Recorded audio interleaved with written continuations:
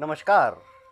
आज कांग्रेस दूसरों पर आरोप लगाती है, लेकिन अगर सच्चाई जान लें तो इतिहास गवाह है इस खेल की असली जनक कांग्रेस ही है। और इसका सबसे बड़ा सबूत 1998 का राजगढ़ लोकसभा चुनाव। कहानी कोई अफवाह नहीं, बल्कि भाजपा नेता हरिहर शर्मा द्वारा सोशल मीडिया पर दर्ज की गई सच्ची घटना है।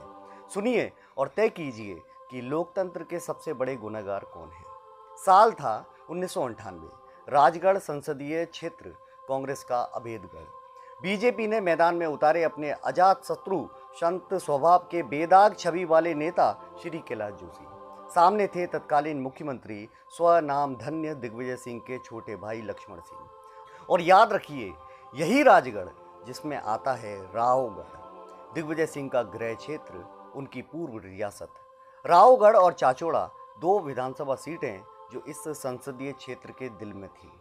हरिहर शर्मा को चाचौड़ा का विधानसभा का चुनाव प्रभार सौंपा गया। स्थानीय भाजपा कार्यकर्ताओं में कांग्रेस के आतंक का डर साफ झलक रहा था, लेकिन फिर भी चौपन कला के हजारीलाल मीणा, बीना गांव के हुकुमचंद्र मीणा, चाचौड़ा के जगन्नाथ जी, बीजनीपुरा के हरगोविंद शर्मा, कुंभराज के विक्रम मीणा, बीनागंज के फूलचंद जैन, ब्रजमोहन गुप्ता, सब ने कंधे से कंधा मिलाया।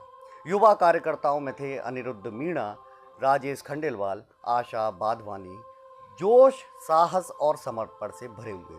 और सबसे बड़ा झटका कांग्रेस को तब लगा जब उनके ही वरिष्ठ नेता पूर्व विधायक मन्ना सिंह मीणा भाजपा में आ गए। दिग्विजय सिंह कैंप में सनाका छा गया। हार सामने नजर आने लगी, लेकिन मुख्यमंत्री खुद और उनके महाराजाना तेवर ने एक ही ठान ली, यह सीट भाजपा को नहीं मिलने देंगे। नैतिकता गई तेल लेने, लोकतंत्र गया भाड़ में। और फिर आया चुनाव का दिन, जब प्रशासनिक मशीनरीज का नंगा नाच हुआ। पशु बल ने मानवता को कुचल डाला। कांग्रेस ने हैवानियत का वो चेहरा दिखाया जो शब्दों में बयान करना मुश्किल है। तब तक टी.एन. शेषन देश के मुख्य चुनाव आयुक्त नहीं बने थे और बाहर के लोग भी पोलिंग एजेंट बन सकते थे। भाजपा ने भोपाल और शिवपुरी से अपने जांबाज कार्यकर्ताओं को बुलाया।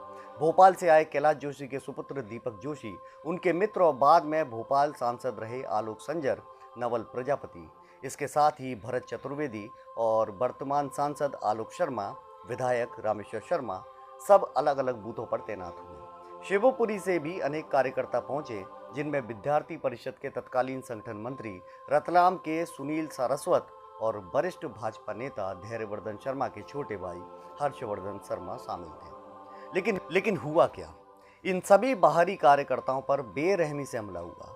गाड़ियों पर पथराव, शीशे तोड़े गए, बूथ से घसीटकर बाहर फेंका गया। पुरैना गांव में सुनील सारस्वत और हर्षवर्धन शर्मा को कांग्रेस के पालतू गुंडों कंजर गिरोह ने उठाया। कंजर, जिनके बारे में कहा जाता है कि वे जन्मजात लुटेरे होते हैं और लूट बिना मारे पीटे पूरी नहीं करते। इस गिरोह का नेतृत्व कर रहा था रावगढ़ नगरपालिका का तत्कालीन अध्यक्ष डॉक्टर अजीत रावत। इन दोनों कार्यकर्ताओं को पहले बेरहमी से पीटा गया और फिर एक सूखे कुएं में पटक दिया। पुरैनी गांव में शिवपुरी के ही शैलेंद्र गुप्ता, उपदेश अवस्थी, ऋषभ जैन और गोपाल वस्त के साथ भी यही हुआ। फर्क बस इतना था कि उन्हें कुएं में नहीं फेंका गया, बल्कि हाथ पैर बांधकर एक खलियान में बंद कर दिया गया और वहां मोटे मोटे चूहे उनके ऊपर कांग्रेस का लोकतांत्रिक सत्कार करने में जुट गए। चुनाव के बाद एक पोलिंग अधिकारी ने हरिहर शर्मा को बताया, जनाब, इस बार आपकी वजह से कुछ कमी रह गई, वरना गांव के ठाकुर परिवारों की महिलाएं तो बूथ तक जाती ही नहीं थी। मतदान पेटी उनके घर तक पहुंचाई जाती थी और हरिजन आदिवासियों के वोट छोटे छोटे बच्चों से डलवाए जाते थे। यानी कांग्रेस के लिए चुनाव लोकतंत्र का पर्व नहीं, बल्कि धांधली का खेल था। प्रशासन में किसी ने सुनवाई नहीं की, उल्टा कई कार्यकर्ताओं को 151 में बंद कर दिया गया। जब कैलाश जोशी को इन अत्याचारों का पता चला तो वे व्यथित हो उठे। वे सीधे रावगढ़ किले के सामने अनिश्चितकालीन भूख हड़ताल पर बैठ गए। हजारों कार्यकर्ता वहां उमड़ पड़े। नजारा ऐसा था जैसे किले का घेराव कर दिया गया हो। वरिष्ठ नेताओं के आग्रह पर जोशी जी ने हड़ताल तोड़ी, लेकिन कांग्रेस का पाप इतिहास में दर्ज हो चुका था। इतनी हैवानियत, इतनी धांधली, इतना आतंक, और फिर भी लक्ष्मण सिंह सिर्फ 56,234 वोटों से जीत पाए। आज यही कांग्रेस हमें वोट चोरी पर ज्ञान देती है। वारी राजनीति, 900 चूहे खाए, बिल्ली हज को चली। नमस्कार।